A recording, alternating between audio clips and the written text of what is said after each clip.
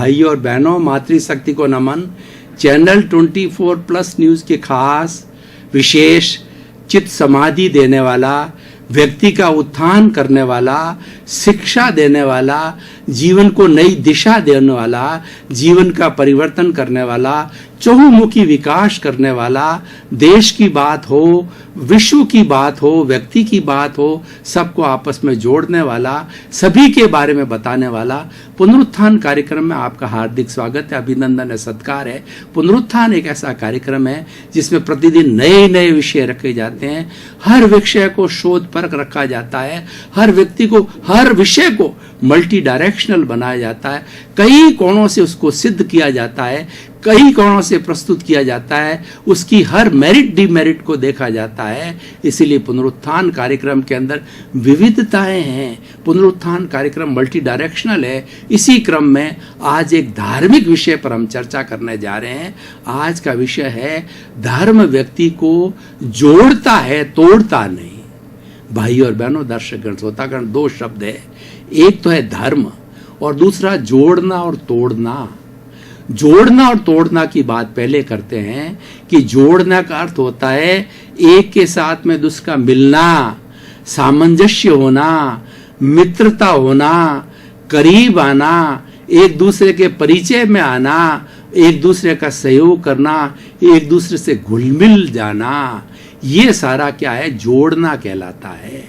और तोड़ना का मतलब विमुख हो जाना, राग द्वेष हो जाना, वैमनस्य हो जाना, एक दूसरे के बारे में स्पीकिंग टर्म्स का न रहना और आपस में एक दूसरे का कनेक्शन टूट जाना, कोई एक दूसरे से कभी बात भी नहीं होना, ये सारा तोड़ने की बात आती है। अब हमारा विषय है कि धर्म जो है ये व्यक्ति को जोड़ता है, तोड़ता नहीं है। तो हमें धर्म को पहले समझना है कि धर्म किसे कहते हैं। धर्म सीधी सीधी भाषा में बात करें तो ये अच्छाइयों का पुंज है। हमारे जीवन में अच्छाइयाँ बुराइयाँ दोनों ही होती है। जो बुराइयाँ हैं वो अधर्म के खाते में चली गई वो अधर्म के वट वृक्ष में चली गई, और जो अच्छाइयाँ हैं वो जो है वो धर्म के वट वृक्ष में चली गई। ये दो दिशाएं हो गई, धर्म और अधर्म। तो धर्म है हमें अच्छाई की ओर ले जाता है, अधर्म है जिसको कि पाप कहा जाता है, हमें बुराई की ओर ले जाता है।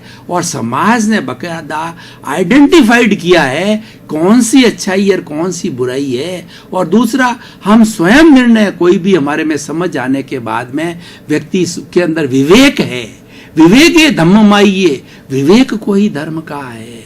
जो कॉमन सेंस होती धर्म है कि ऐसी समय के अंदर मुझे कौन सा कार्य करना चाहिए जो अच्छा हो, तो ये विवेक जागृत हो जाता है और ये विवेक ही धर्म है। और ये धर्म ही व्यक्ति को जोड़ता है, आगे एक दूसरे से बांधता है और एक दूसरे से जो है नजदीकी लाता है। तो भाई और बहनों, दर्शकगण, श्रोतागण, धर्म की बहुत बड़ी बड़ी परिभाषाएं हैं। धार्यति इति धर्म, जो धारण किया जाए उसको धर्म कहते हैं। धारण करने का अर्थ होता है अपने जीवन में उतारा जाए। और वस्तु सहावो धर्म, वस्तु के स्वभाव को धर्म कहते हैं। जैसे पानी है, इसका काम शीतलता देना है, अग्नि है, इसका काम उष्णता देना है। आप अग्नि में हाथ डालोगे और आप चाहोगे कि मेरा हाथ ठंडा हो जाए, तो हाथ ठंडा नहीं होगा, हाथ जल जाएगा, क्योंकि उष्णता देना उसका धर्म है। दुर्जन आदमी होता है, उसका धर्म है कष्ट देना होता है। सज्जन आदमी चाहे उसको कितनी तकलीफ दी जाए, वो हमेशा सज्जनता देगा। जो नीम का पेड़ है उसको कितने ही घड़ों से सींच दिया जाए, उसकी कड़वाहट नहीं जाती, कि उसकी कड़वाहट उसका धर्म है। इसी तरीके से हरेक का अपना अपना स्वभाव है, वो धर्म है। आत्मशुद्धि साधनम धर्म, एक ऐसा साधन जिससे हमारी सोल का प्योरिफिकेशन होता है, हमारा सोल का शुद्धिकरण होता है। और सोल जो इस पिंजरे के अंदर बंधी हुई होती है और वो उड़ नहीं सकती, वो जेल में है। तो धर्म एक ऐसा साधन है, धर्म एक ऐसा साबुन है कि उसके ऊपर जो हमारी आत्मा पर कर्म रज है, जो अशुद्धता है, अशुद्धि है, उसको धो डिटर्जेंट पाउडर की तरह है ये, उसको धो करके उसको शुद्ध कर देता, वो साधन धर्म कहलाता है। अब देखिए, धर्म की और भी बहुत सी परिभाषाएं हो गई है, लेकिन मोटे तौर पे हम देखें कि प्राप्त मन वचन का ऐसे जगत के किसी भी प्राणी को, किसी भी जीव को किंचित मात्र भी दुख न हो, दुख न हो, दुख न हो। ये सबसे बड़ा धर्म है कि कोई व्यक्ति किसी प्राणी मात्र को कष्ट दे न दे। मनुष्य कोई नहीं, प्राणी मात्र चराचर जगत में 84 लाख जीवा योनि है। किसी जीवा योनि को किसी भी तरह का मन से, वचन से, काया से, करने से, करवाने से, अनुमोदने से किसी को किंचित मात्र भी कष्ट न देना धर्म है, और कष्ट देना अधर्म है और पाप है। ये एक बड़ी सर्वमान्य जो है परिभाषा, इसकी बहुत सीधी सादी परिभाषा है और बड़ी हृदयंगम होने वाली है, आत्मसात होने वाली है। तो भाई और बहनों, दर्शकगण, श्रोतागण, जहां पर ऐसी सुंदर व्यवस्था हो, किसी को दुख न देने की बात हो, तो वो एक अमृत है, तो वो एक संजीवनी है। तो हम कह सकते हैं कि अमृत एक धर्म है, वो एक अमृत है। धर्म जो है एक संजीवनी है, 100 बीमार और एक अनार। अगर हम व्यक्ति में सुधार लाना चाहते हैं, समाज को सुधारना चाहते हैं, विश्व को सुधारना चाहते हैं, तो धर्म एक बहुत बड़ा साधन है। उसके माध्यम से जो है हम हर एक में सुधार ला सकते हैं, क्योंकि धर्म हमारी जो आत्मा की प्रॉपर्टी है, आत्मा की कैरेक्टरिस्टिक है, वो आत्मा का हमारा लक्षण है, वो आत्मा का गुण है, इसके अंदर एम्बेडेड के है। इसीलिए जो गुण हमारे भीतर है, अगर हम उस गुण को विकास करें तो निश्चित रूप से हमको फायदा देगा, और वो अच्छा गुण है। तो अब इस तरीके से धर्म जो है व्यक्ति के पास में लाता है। और कहने का अर्थ ये है कि हमारा समाज जो है ना, हमारे समाज के लोग एक दूसरे के करीब कब आते हैं, जबकि उनके बीच में मैत्री होती है। अपना सच में सेजा मैतिंग भुए सो कब पए, स्वयं सत्य खोजो सबके साथ मैत्री करो। ये हमारे भारतीय आगमों में कहा गया है। अगर आप सत्य खोजना चाहते हो तो खुद खोजो, खुद आगे बढ़ो। अपने मरे बिना स्वर्ग नहीं मिलता है। मैं स्वर्ग जाना चाहता हूँ तो स्वर्ग में जाने से पहले मुझे मरना पड़ेगा और अच्छा कार्य किया है तब जाके स्वर्ग मिलेगा। इसीलिए सत्य खोजना है, खुद खोजो। चरे वेती चलते रहो, अच्छाई की रास्ते पर चलते रहो। अच्छाई एक राजपथ है, उस रास्ते पर चलते रहो तो आपको सत्य मिलेगा। वो सत्य की मंजिल तक ले जाएगा, क्योंकि वो रास्ता सही है। और असत्य का रास्ता है, अधर्म का रास्ता है, पाप का रास्ता है, वो आपको दुर्गति में ले जाएगा, वो आपको नरक में ले जाएगा, आपको जो है आपकी प्रतिष्ठा को गिरा देगा। इसलिए देखिए, जहां पर समाज के अंदर ऐसे मूल्य होते हैं, वह व्यक्ति के बीच में मैत्री होती है, प्रेम होता है। प्रेम एक ऐसी चीज है, बहुत बड़ा रसायन है, वो व्यक्ति में एक बदलाव लाता है। तो कबीरदास जी ने कितना सुंदर कहा है कि पोथी पढ़ पढ़ जगमुआ और पंडित बयान कोय, ढाई आखर प्रेम का और पढ़े सो पंडित होए। प्रेम एक ऐसा ताकतवर शब्द है कि आप किसी व्यक्ति को प्रेम दो, छोटे को दो, बड़े को दो, स्नेह दो, वात्सल्य दो, सम्मान दो, तो व्यक्ति आपका कृतज्ञ हो जाता, कभी कृतज्ञ नहीं होगा। क्योंकि प्रेम एक रसायन है, प्रेम एक भीतर रसों को बदलता है, और ये अच्छे जो है हमारे कहना चाहिए प्रसन्नता के रस लाता है, मैत्री के रस लाता है, और एक दूसरे करीब आने के रस लाता है। तो इसलिए प्रेम जो है ना, वो हमारे समाज को जोड़ने का काम करता है। और प्रेम जो है वो धर्म का एक अंग है। मैं धर्म के उन अंगों की बात करता हूं कि कौन से ऐसे अंग हैं जो व्यक्ति को जोड़ते हैं। तो मैंने दो बात कही, एक तो मैत्री, दूसरा बात कर रहा हूं प्रमोद। कितना सुंदर विषय है, कितना सुंदर शब्द है। एक तो क्या है कि हम व्यक्ति के अंदर अवगुणों को देखें, तो अवगुणों को देखने से, दूसरे के अवगुणों को देखने से क्या होगा, हमारे भीतर उससे 1000 गुना अवगुण भरे पड़े हैं। कबीरदास जी ने कितना सुंदर कहा है कि बुरा जो देखन मैं चला, बुरा न मिलिया कोई, जो दिल खोजा आपना और मुझसे बुरा न कोई। उन्होंने कहा कि मैं सारी दुनिया का भ्रमण करके आया कि दुनिया में कितने बुरे लोग हैं, और जब मैंने मेरा दिल खोजा तो मुझे मालूम पड़ा कि मेरे से बढ़ के इस संसार के अंदर कोई बुरा व्यक्ति नहीं है। यानी उन्होंने सही रास्ता, इंट्रोस्पेक्शन का रास्ता लिया, उन्होंने स्वयं के दोषों को देखने का रास्ता लिया, स्वयं के अवगुणों को बाहर निकालने का रास्ता लिया, शुद्धिकरण का रास्ता लिया। तो शुद्धिकरण के रास्ते से सारी दुनिया उनको अच्छी नजर आने लग गई। इसलिए भाई और बहनों, दर्शकगण, श्रोतागण, ये जो हमारा जो प्रमोद भावना है, दूसरे के गुणों को देखना, प्रमोद भावना के उदाहरण आपको बताता हूं कि हमारे जो है वो ये महाभारत में आता है कि एक कुत्ते का शव है, वो कई दिनों से एक जगह सड़ा सड़ा दुर्गंध मार रहा था। तो उस रास्ते से विष्णु पितामह गुजरे, उस रास्ते से द्रोणाचार्य गुजरे और बड़े बड़े जो है कहना चाहिए महारथी लोग गुजरे, और सब ने प्रतिज्ञा करी कि कितनी दुर्गंध हो रही है, किस व्यक्ति ने डाला है, उसको इतनी समझ नहीं है कि मेन रास्ते पर डाल दिया। हर एक अपनी अपनी प्रतिक्रिया करने लग गए और करते करते चले गए, यानी अवगुणों को देखते हुए चले गए। और उधर से कृष्ण भगवान और अर्जुन जा रहे हैं। कृष्ण भगवान ने प्रमोद भावना से कहा, क्योंकि वो तो भगवान है, तो उन्होंने ये कहा कि अर्जुन तुम देख रहे हो इसके जो शव के, जो कुत्ते का शव, इसके दांत जो है ना कितने चांदी की भांति चमक रहे हैं। देखिए, उन्होंने उसको गुण को निकाला, प्रमोद भावना को निकाला। हर व्यक्ति के अंदर कुछ न कुछ गुण अवश्य होता है और अकेला अवगुण रह नहीं सकता, अकेला गुण नहीं रह सकता, दोनों साथ रहते हैं। तो प्रमोद भावना ये धर्म का एक अंग है। प्रमोद भावना के दूसरे गुणों का बखान करें।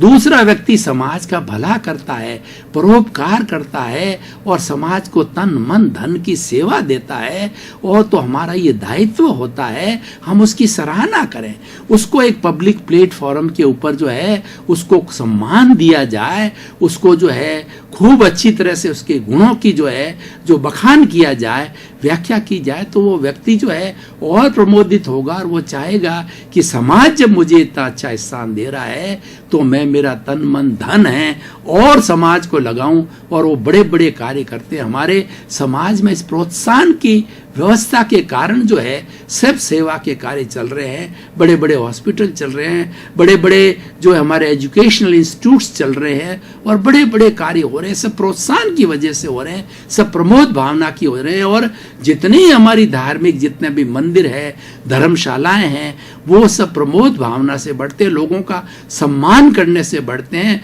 लोगों को प्रेम देने से बढ़ते हैं, लोगों की प्रमोद भावना को जाहिर करने से कार्य बढ़ते हैं। तो ये एक धर्म का अंग है।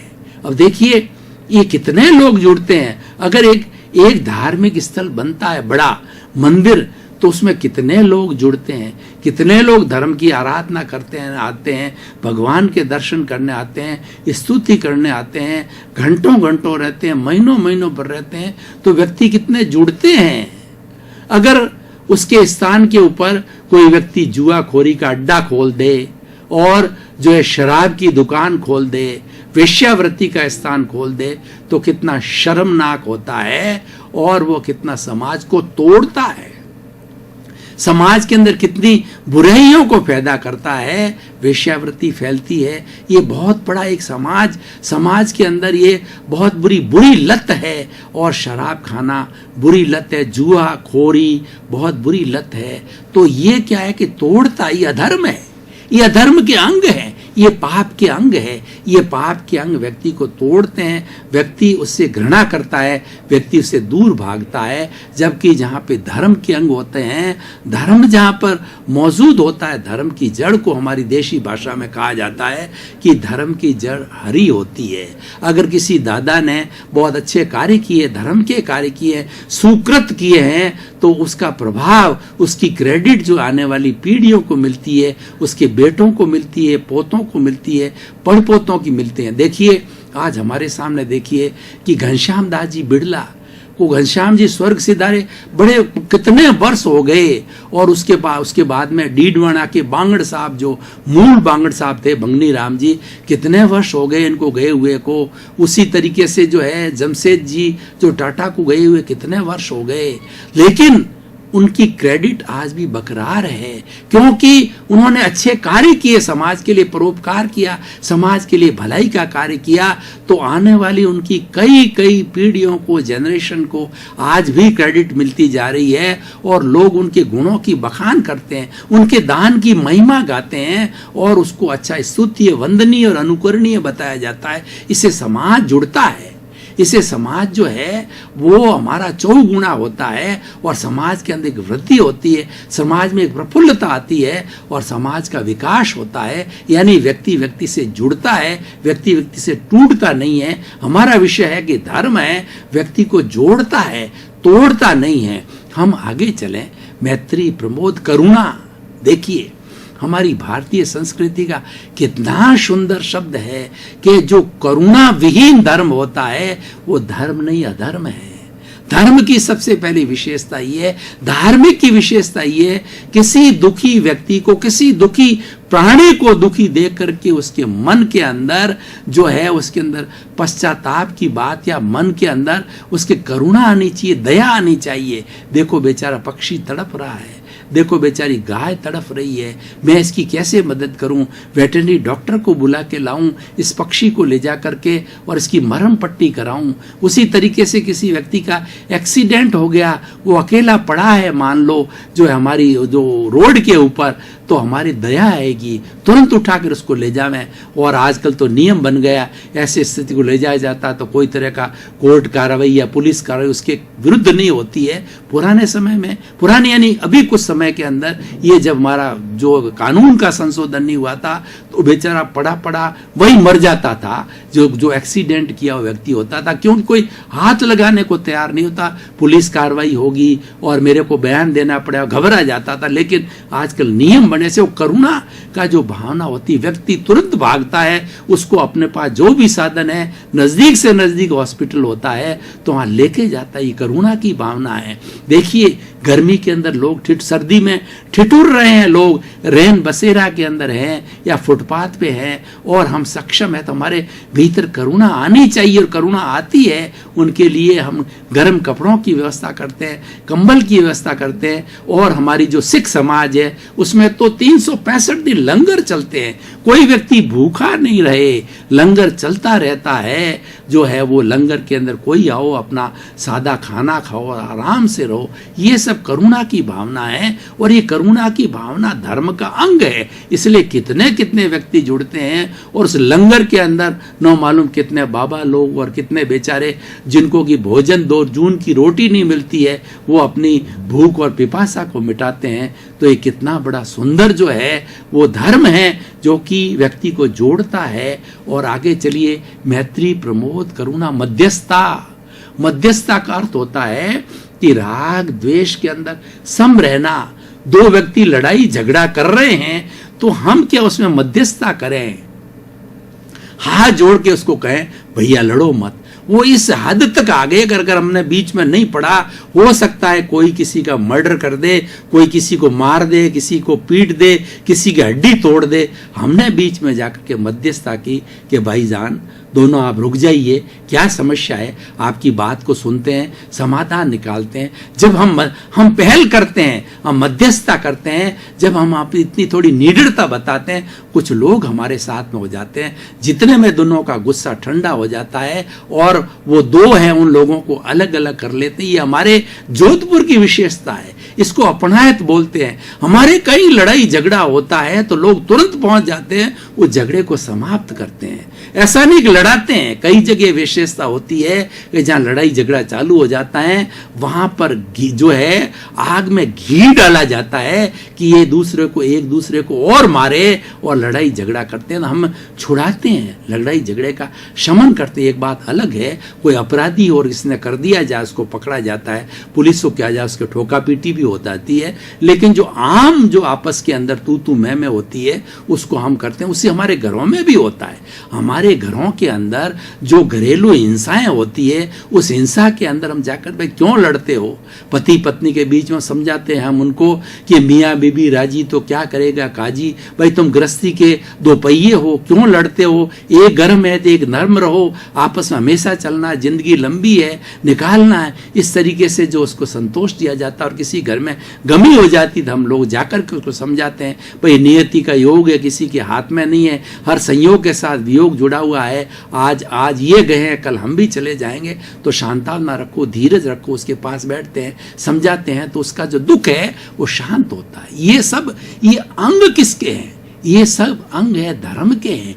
दर्शकगण, श्रोतागण, भाई और बहनों, आपका बहुत बहुत धन्यवाद। पुनरुत्थान कार्यक्रम ये कोशिश कर रहा है कि आप में परिवर्तन आवे, आप में जागरूकता पैदा हो और आप एक अच्छे इंसान बने। हमारा मुख्य उद्देश्य यही है कि विधायक भावों को पैदा करना।